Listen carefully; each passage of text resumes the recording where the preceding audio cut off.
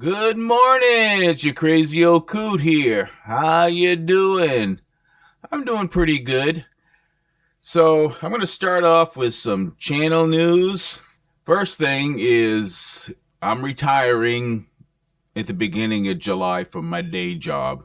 This should free up more time for me to work on this channel. With that being said, I'm approaching 1,000 subscribers. I'm going to monetize the channel then. But don't worry, even if I do, Patreon or whatever, all the money I get from this channel is going to go back to it.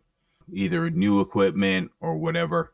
If I buy something to review, if I'm going to put it in my machine, I will take whatever is out there and give it away. I don't need the money from this channel. This is kind of like a hobby, something I like to do. On with the... I finally broke down and bought an R7 5800X to replace my R7 3700X. The 3700X wasn't hindering me much, except the video editor program I use just uses my CPU cores and not my AMD graphics card, my 6600 XT. So the question is, with prices falling, is the R7 5800X something worth upgrading to replace a 3000 series? So here are some benchmarks to compare. Program. First off, we're going to check the Cinebench scores. So Cinebench R20 score for the 3700X was 4,904 multi, 487 single. The 5800X, running straight out of the box, hit 5,814 multi and 615 single. Now, I was able to get this to overclock on all cores to 4.725 gigahertz. At that speed, my R20 Cinebench score was 6,260 and the single core was 611. Now, the 3700X on R15, OpenGL was 173.77, 2,156 multi, and 197 single core. The 5800X, the defaults were 274.63 on OpenGL, 2,489 multi, and 263 single. Overclocked, I hit 280.53 on OpenGL, 2,722 on multi, 261 single core. Vast improvement. Firestrike scores. Overall, 24,017. Graphics, 28,913. Physics score, 23,801. Combination score, 10,645. The 5800X. Default. Overall score, 25,669. Graphics score, 29,130. Physics score, 30,043. And combined score, 12,170. The overclock scores were 26,875 overall. Graphics score, 29,933. Physics score was 31,177. And the combined score was 13,622. Time Spy. The Time Spy overall score of the 3700X was 9,880, graphics score 9,871, and CPU score 9,934. The 5800X default scores were 10,094 overall, graphics score was 9,909, and the CPU score was 11,294. The overclock The overall score was 10,443. Graphics score was 10,205. And the CPU score was 12,041. Up next, we have user benchmark. The 3700X gaming rating was 91%. The desktop rating was 93%.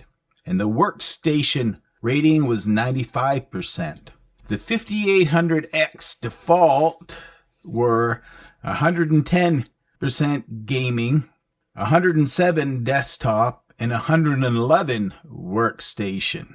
And the overclocked 5800X was 113% gaming, 106% desktop, and 116% workstation. Good numbers. Okay, with superposition, the 3700X scored 5,659. The minimum frame rate was 33.86, average was 42.33, and the max was 50.01. The default 5800X, the score was 5,680 with a minimum of 34.04, average of 42.49, and a max of 50.17. The overclocked 3800X score of 5,821, minimum frame of 34.34. The average score was 43.54, and the max score was 51.63. Finally, we have Horizon Zero Dawn. And we're going to do this at both 1440 and 1080. Horizon Zero at 3700X at 1440, the average frames per second was 75. And the max was 134 and the minimum was 48 with a score of 13,419. The 5800X default score average was 76 with a max of 143 and a minimum of 48 with a score of 13,690. And the overclocked 5000X at 1440 was 77 average, 155 max, minimum of 52 for a score of 13,821. Okay, at 1080p, the 3700X scored an average frames per second of 96 with a max of 176, a minimum of 52, and a score of 17,228. The 5800X on default had a average frames per second of 100 with a max of 211, a minimum of 49, and a score of 17,976. Overclocked version had a score of 100 with the max FPS of 193, a minimum of 59, and a score of 17,979. In actual gaming, with this GPU, because remember I'm only running a 6600XT, the CPU doesn't really matter that much. Now first let me say I had some issues upgrading to this CPU. My computer wouldn't boot past the BIOS.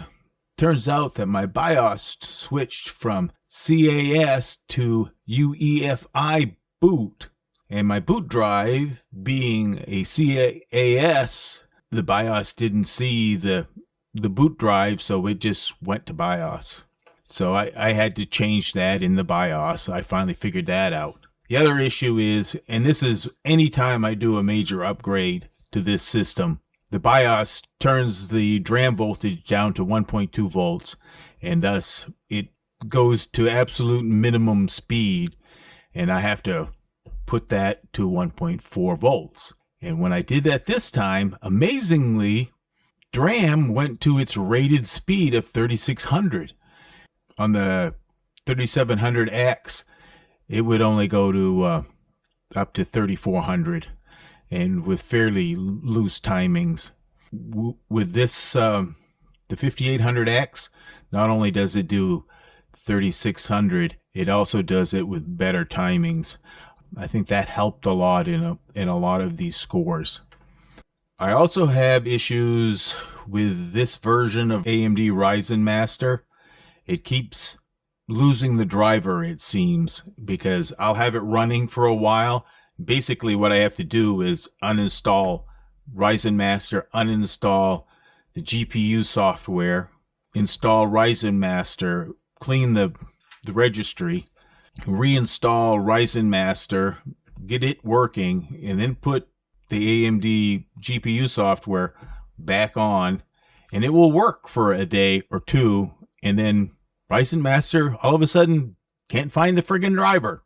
That's something AMD needs to clean up, and they're not the only one with this issue. Would I recommend this upgrade? Not at $350, which is what I paid. The only reason I paid that is because I do a lot of rendering, video rendering, and my video rendering software doesn't use my AMD GPU. This upgrade drastically increased the speed of my rendering. If the price of this CPU goes down to $300 and you've got a decent system, and this would be this is your final version of a CPU that you can put in a 5700 motherboard, it would probably be a decent deal. So with that said, I hope everybody enjoyed this video. May all of you have a good night.